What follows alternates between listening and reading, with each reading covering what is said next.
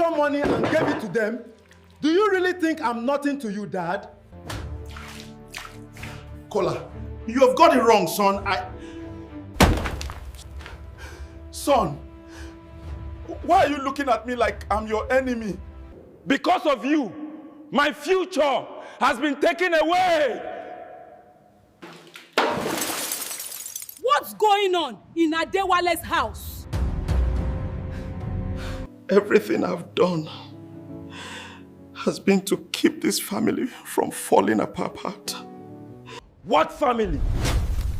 If you are willing to sacrifice me first. You have ruined this family, Kola. You are no longer my son.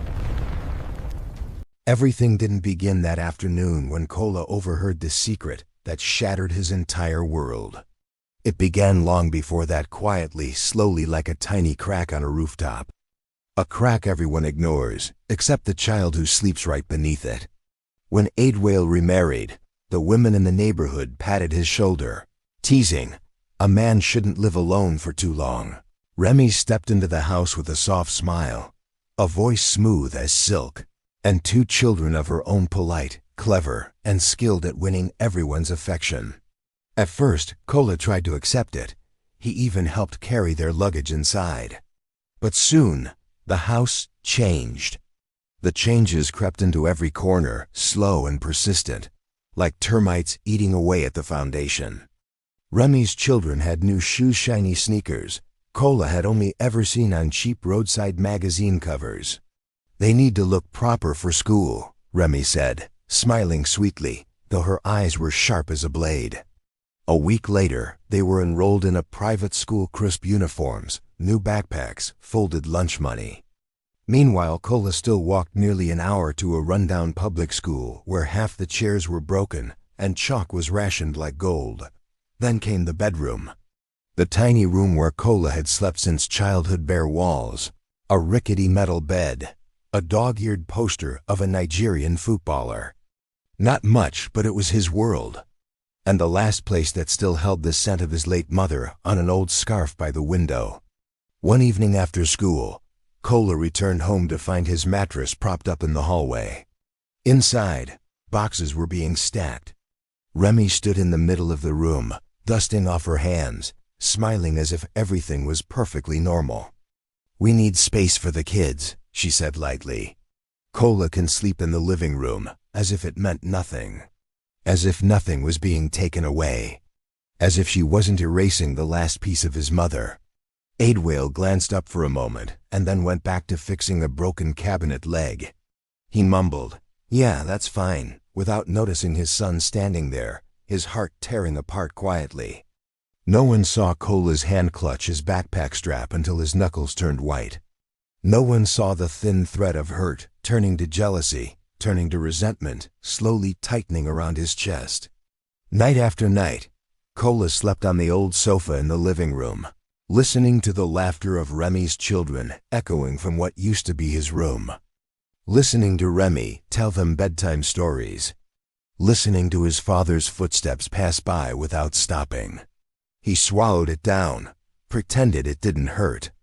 But every evening, when Adewale came home, he spent more time listening to Remy talk about her children's future than asking about Kola's day at school. Kola sat upright on the sofa, back straight, backpack at his feet, waiting. Waiting for a question, a glance, a nod, anything.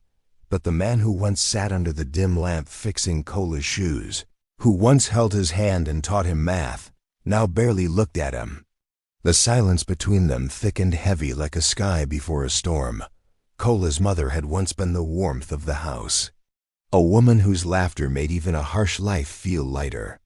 When she died, father and son stood like 2 shadows leaning on each other just to stay upright. Now standing in a house filled with new laughter, new scents, new rules. Kola wasn't sure he belonged anywhere at all. One night, when everyone was asleep, he lay on the sofa staring at the old ceiling fan rattling overhead. The yellow bulb cast a tired glow across his weary face. The weight on his chest grew heavier, as if someone placed a stone on it every single night. He whispered into the darkness, voice barely audible, "Dad, do you even see me?" The darkness answered with a cold, hollow silence. And the quiet flame inside him began to burn hotter than ever. The first fracture didn't arrive with shouting or a slammed door. It came on a quiet afternoon, laced with the smell of palm oil and sizzling onions. Kola was on his way to the backyard, school bag still hanging off one shoulder, uniform rumpled from the brutal Ibadan heat. As he walked past the kitchen, he slowed. From inside, a soft voice drifted out, Remy's voice, gentle and careful, blending with his father's hoarse, weary tone. "Darling," Remy said, "Kola's university money. We should give it to Toby first. My boy is smart. He has a brighter future." Kola froze. The strap slipped from his hand, the fabric scraping against his sweat-damp palm. In the kitchen, the food sizzled. The ladle clinked against the pan, each sound landing like an offbeat thump of his faltering heart. "No." Then came the silence. Kola waited for his father to refuse. Waited for the familiar words. "That money is for Kola. He earned it. He deserves it." But nothing like that came. Adewale's voice rose quiet, worn out, almost indifferent. "Yeah, maybe." Two simple words. One soft breath. And Kola's world snapped clean in half. He stood rooted to the kitchen doorway, staring at the grease-stained wall. The smell of food turned thick and heavy, like the whole kitchen was boiling his heart alive. "You understand, don't you?" Remy continued, still sweet. "Kola can wait a bit. He's older, he'll be fine. But Toby, if we don't help him now, it'll be such a waste." Inside, Adewale didn't answer immediately. Only the scrape of a chair, the slow stir of soup. Outside, Kola felt like someone had pried open his chest, placed a blade inside, and twisted slowly. He didn't matter. His future was no longer something his father thought about. His father had chosen. And Kola wasn't the one chosen. A faint laugh drifted from the kitchen, Remy, Toby mixed with the rhythm of ladles dipping into bowls. Warm family sounds, ordinary sounds. But to Kola, they felt like the rumble of the ground crumbling beneath him. He stepped back. The floor felt foreign. The cracked walls, the shaky ceiling fan, the worn-out wooden table, everything belonged to a world he no longer fit into. Hot wind swept in from the backyard, carrying red dust and the smoke of burning trash. It stung his eyes. But he knew the burn wasn't from the smoke alone. He turned away, forcing his legs not to wobble. In his head, the words kept replaying like a sentence handed down in court. Toby is smarter. Toby is more deserving. Toby has a future. And what about him? He thought of his admission letter, carefully pressed flat. Of all those nights staying up until his eyes hurt under a flickering desk lamp. Of sweat dripping on his old notebooks. Of every whispered promise he held onto since the day his mother died. He remembered his father saying, "You just keep trying. One day, you'll rise out of all this. I promise." Now that promise sounded like a story told by a stranger. Kola stepped out into the backyard, where the laundry line fluttered in the dying afternoon light. His white school shirt hung there now gray, dotted with stubborn yellow stains. Beside it, Toby's brand-new uniform swayed neatly, thick fabric, crisp collar. Kola stared at the two shirts, his mind emptied out. From the kitchen doorway, his father's voice drifted out calm in a way that felt cruel. "Remy, add a little more salt. Dinner should taste good tonight. I'm leaving early tomorrow." He didn't call Kola's name. Didn't ask, "Is Kola back?" Didn't hesitate, not even a second after giving away his son's future. Kola lifted his head toward the murky sky. The clouds were thick, swollen, ready to burst at the slightest touch. They looked like his chest felt heavy, dark, trembling at the edge of collapse. But no tears fell. Something else did, slow, simmering, hot like fire. Rage, if I don't matter. If my future is something you can hand off like a spare gift, then what am I to this house? Children's voices chimed from inside the kitchen. "Mommy, I'm hungry." "Just a moment, sweetheart," Remy said. "Dinner is ready." Kola walked back into the house through the rear door, passing the kitchen unnoticed. Remy was busy ladling soup. Toby and his sister giggled loudly, fighting over a chicken leg. Adewale sat with his head lowered. That night, the house felt smaller than usual. The ceiling fan turned sluggishly above the dining table, slicing the suffocating Ibadan heat into slow, useless rings of air. Plates clinked.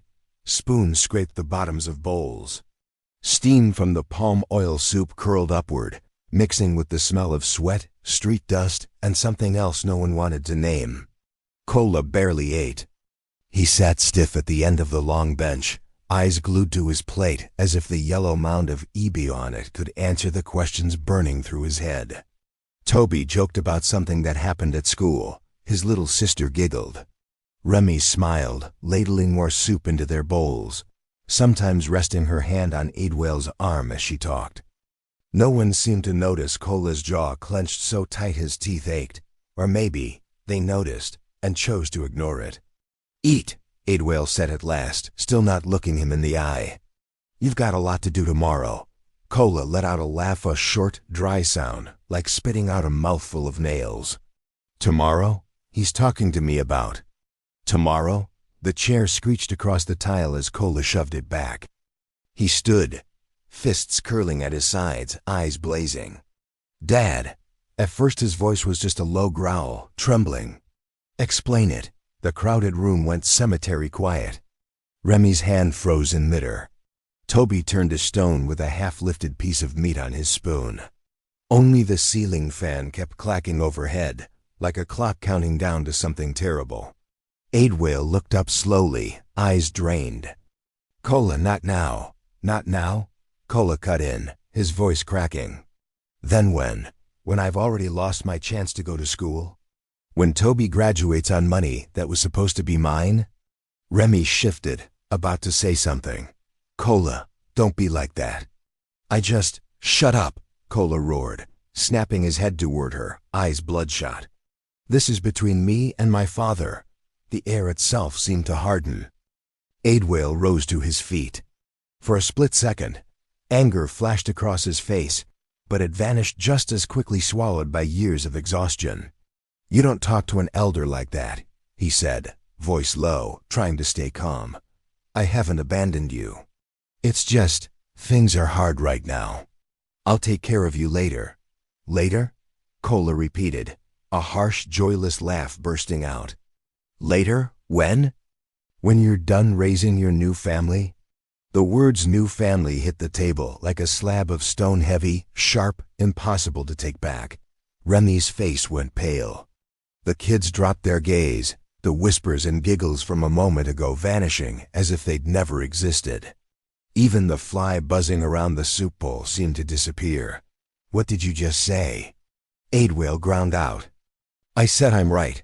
Kola started circling the table slowly, every step slicing deeper into the room. "In this house, I'm just extra. My room turned into a storage space. My tuition turned into a ticket to the future for her son. And now you tell me. Later?" He slammed his palm down on the table. The soup bowl jumped. Hot liquid sloshed across the surface and dripped in fat drops onto the tiles. Adewale flinched, but his voice stayed forced and even. "You don't understand everything. There's a lot I have to think about. I'm the one carrying this whole house." "No!" Kola screamed, his voice shattering like broken ceramic. "You're the one throwing me out first." The chair behind him went flying, crashing into the wall with a bone-rattling thud. Tears spilled over, but Kola no longer knew what shame felt like. His voice shaking, strangled, but burning with outrage, poured out of a wound that had been open for a long time. "I worked my whole life because of your promise," he choked out. "You said if I studied hard, I'd have a future. And now what? You hand that future to someone else. And you still say you're going to take care of me?" Adewale walked around the table toward him. In his eyes, Kola saw something that hurt worse than betrayal, not just anger, but the raw pain of a father watching his own son collapse. "Kola," he said quietly, placing a hand on his son's shoulder. "Calm down, listen to me. No one can replace you." Kola shoved him. The shove was pure instinct shot out of months of being hurt, sidelined, and pushed away. But it was strong. Too strong. Adewale stumbled. His sandals slipped on a streak of grease. He lost his balance, slammed his shoulder hard against the edge of the cupboard, then slid down to the floor. "Aid!" Remy screamed, hand flying to her mouth. The bowls rattled on the table. A spoon hit the tiles with a sharp clang. The two children burst into tears. "Kola!" Toby shouted, panicked. "What are you doing?" Time slowed to a crawl. Kola stood frozen, hands still hanging in the air, fingers trembling from the force of the shove. His heart hammered in his ears, drowning out everything else. Adewale grimaced, swallowing the pain in his shoulder. He looked up, his gaze locking with his son's. There was no fury in his eyes, only a sorrow as deep as a well, and something that looked very much like breaking. Kola glanced down at his own hand shaking, suddenly unfamiliar. This was the hand that had once gripped his father's as they crossed busy streets. The hand that had held out test papers with high scores for him to see. The hand that had clutched his father's shirt on the day they buried his mother. Now it was the hand that had shoved that same man to the floor. Every sound around him, Remy sobbing, the kids' choking cries, the ceiling fan's clatter, the dogs barking outside, faded into a thick, suffocating silence. In that silence, Kola caved in. His father sat braced against the kitchen cabinet, clutching his shoulder, eyes brimming with pain, but not hatred. Not even anger. And in that exact moment, Kola realized he had become the one thing he'd always feared most, the son who knocked his own father down. No one in that kitchen knew it yet.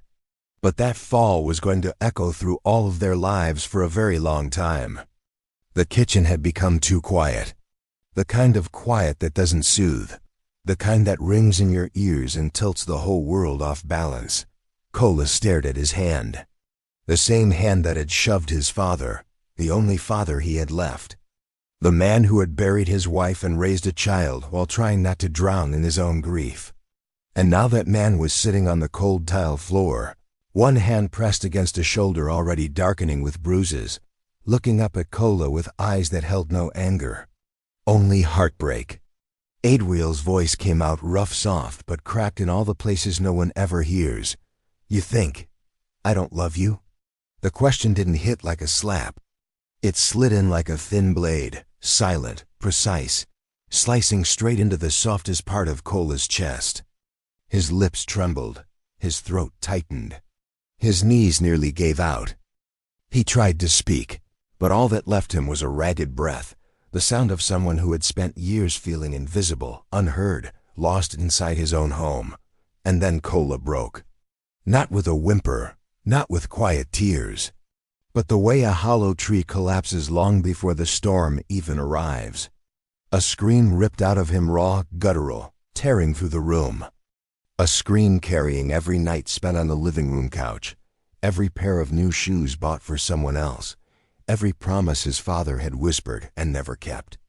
"You replaced me." Kola's voice shattered. "You forgot me."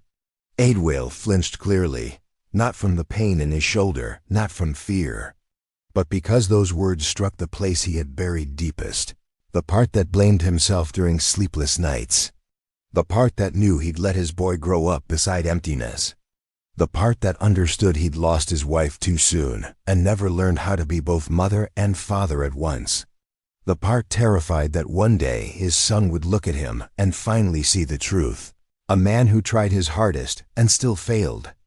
"No," Adewale whispered, shaking his head. "No, Kola, never." But Kola couldn't hear anything now. Tears streamed down his face hot, relentless. His chest heaved, every breath choking like he was swallowing stones. His hands clawed at his shirt as if he could tear the pain straight out of his ribs. "You don't look at me anymore." Kola sobbed, voice breaking apart.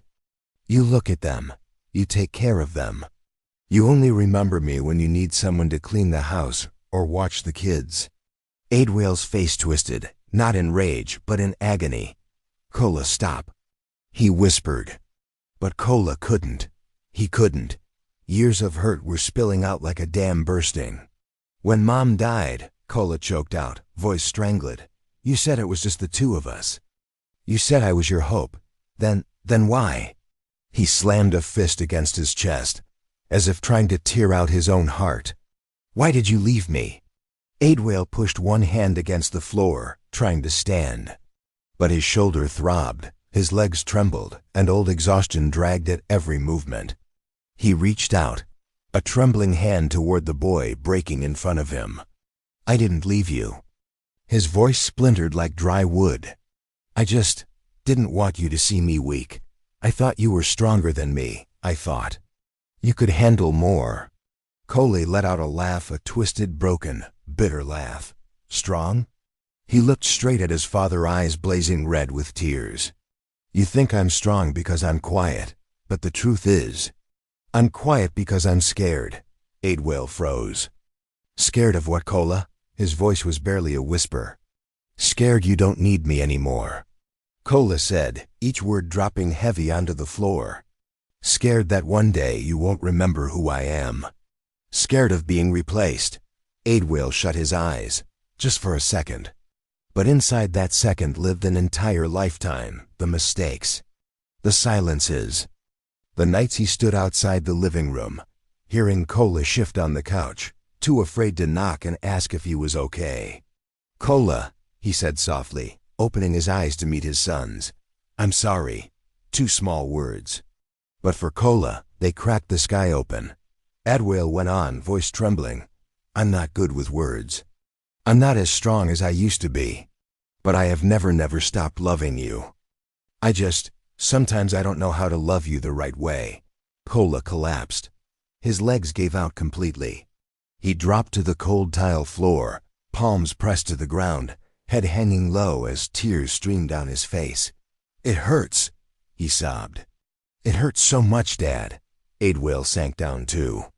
He reached out slowly, very slowly, as if afraid of touching a wound still bleeding. Then his hand rested on Kola's shoulder, trembling, weak, but more genuine than anything he'd offered in years.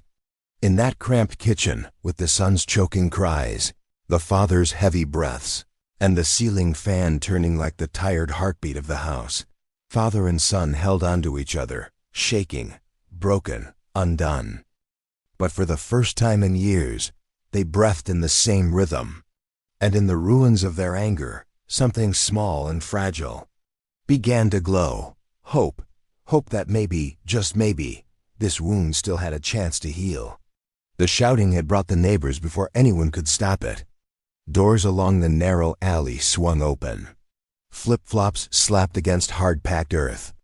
Curious faces filled the doorway, women still tying their headscarves, men with radios tucked under their arms, children peeking out from behind the legs they trusted most. What happened? Is he okay? Lord, look at that shoulder. The cramped little house suddenly felt like a suffocating box. Someone helped Adewale up from the kitchen floor. Every small movement sent a jolt of pain shooting down his arm like lightning. 2 neighbors half carried him to the bedroom. The mattress dipped as he sat down, then lay back, jaw clenched against the throbbing ache. Remy stood in the doorway, one hand pressing a cloth to his bruised shoulder, the other wiping tears from her cheeks. Her children huddled in a corner of the living room, wide-eyed, their faces blotchy from crying. The smell of palm oil stew still hung in the air now, sharp, sour, almost sickening. And at the center of all the chaos stood Kola. He wasn't crying anymore. He wasn't yelling. He just stood there. Back straight, face empty, eyes hollow. Like a shadow that had lost the person it belonged to. Whispers crept around him, soft at first, then sharper, meaner. That's him, right? A child who would push his father like that. He's too far gone. No saving a boy like that. The words drifted past Kola's ears, muffled, as though he were underwater. 3 words hammered inside his skull, over and over. What have you done? What have you done? He saw his own hand again in his mind, jerking, shoving, sending his father crashing into the cabinet. He heard Remy's scream, the children sobbing. And his father's eyes, not angry, but shattered. Cola's stomach twisted painfully. He wanted to go to the bedroom, to fall to his knees, to say, "Dad, I'm sorry. I didn't mean to. I was just hurting." But his legs refused to move. He didn't know what he feared more, seeing his father, or seeing the look on his father's face. A neighbor woman placed a hand on his arm. "Boy, what were you thinking? No matter what's going on, you never raise a hand to your father." Cola gently shook her off without meeting her eyes. The walls felt like they were closing in. The ceiling felt too low. The air too hot, too thick. He needed to breathe. Without a word, Cola turned and walked out the front door. No one tried to stop him. Outside, the street was swallowed by darkness, lit only by a few flickering bulbs and the far-off glow of a generator-powered kiosk. The night smelled of dust, exhaust fumes, and the faint stench of smoldering trash. Cola shoved his hands into his pockets and kept walking. He had no idea where he was going. Past the old woman who sold oranges during the day. Past the tailor's shack, its rusty sign swaying in the breeze. Past the dirt football field, now just an empty patch beneath a moonless sky. Each step carried him farther from the house, but not from what he'd done. You pushed him, you hurt him. You became the son people will whisper about for years. Cola stopped beside a cracked concrete wall and rested his forehead against it, eyes squeezed shut. Memories flickered through his mind, his mother's gentle smile, his father's rough hands repairing his school shoes, Remy's children laughing in the room that used to be his, the acceptance letter he once held like a lifeline, and then his father's voice asking, "You think I don't love you?" Cola exhaled shakily. I don't know anymore." He whispered into the night. He no longer knew where home was. The house behind him felt like a battlefield. The future ahead of him felt like a torn page someone had already thrown away. Streetlights buzzed faintly. A dog barked in the distance. A motorcycle roared past, its headlights briefly illuminating Cola's face, revealing the redness around his eyes, the salt tracks on his cheeks, the faint tremble in his mouth as if he were still holding back a scream. He slid down the wall, sitting on the dusty ground, pulling his knees up to his chest. He thought about leaving, about disappearing, going to Lagos for work, becoming just another face in the crowd, where no one knew he had once shoved his own father to the floor. But then he saw that bruised shoulder again, saw his father's eyes, not filled with hatred, but filled with the pain of finally hearing the cry his son had held in for years. Some wounds take only a second to create, one shove, one slip of anger, one sentence whispered in a kitchen, but healing? That can take years, or may never come at all. Back at the house, chaos slowly settled into a weighted silence. Aidwale lay on the bed, staring at the ceiling, replaying the moment over and over, the look in Cola's eyes before the shove, not defiance, not disrespect, desperation. Remy sat by the doorway, arms wrapped around her children. They still trembled. She looked at her husband, then toward the empty living room. For the first time, even she wondered whether in all her quiet calculations about opportunity and future, she had helped turn a boy into a ghost inside his own home. No one slept peacefully that night. And the question lingered, hanging in the air like smoke after a fire, when favoritism splits a family in two.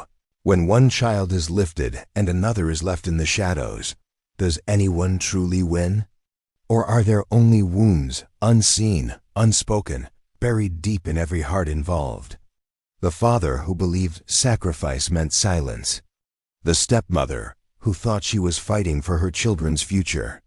The favored child who may one day wonder why his success feels so heavy. And the forgotten son walking alone into the night, wondering whether love was ever meant for him at all. Maybe there is no easy ending, no instant forgiveness, no neat lesson.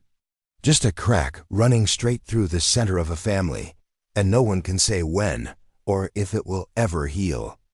I'm telling this story from where I live, a small, peaceful corner tucked between red dust roads and the steady hum of evening traffic. It is the kind of place where I often sit and think about how easily a family can fall apart. Sometimes in just a few seconds of anger. And today, the story of that young Nigerian boy made me stop and sit in silence for a long time. Because sometimes what hurts us most isn't the situation itself, but the feeling of being abandoned by the very people who raised us. The feeling of no longer having a place in the home where we grew up. But in one moment when he couldn't hold his pain in anymore, he struck the man who had raised him since he was small. One painful sentence, then one desperate shove, and everything shattered. If there is a lesson to take from this story, it is this. Sometimes we see injustice so clearly, but we forget that our own hurt can never be healed through violence. Parents can be wrong. Children can be wounded. But when a family cracks, the scar can last a lifetime. So I invite you to stay until the end of this story. Listen with your heart, so you can understand how a single moment of anger can change the course of someone's life forever. And if you enjoy deep, real-life stories like this one, please hit the subscribe button so you won't miss what comes next. Thank you for being here, and thank you for listening.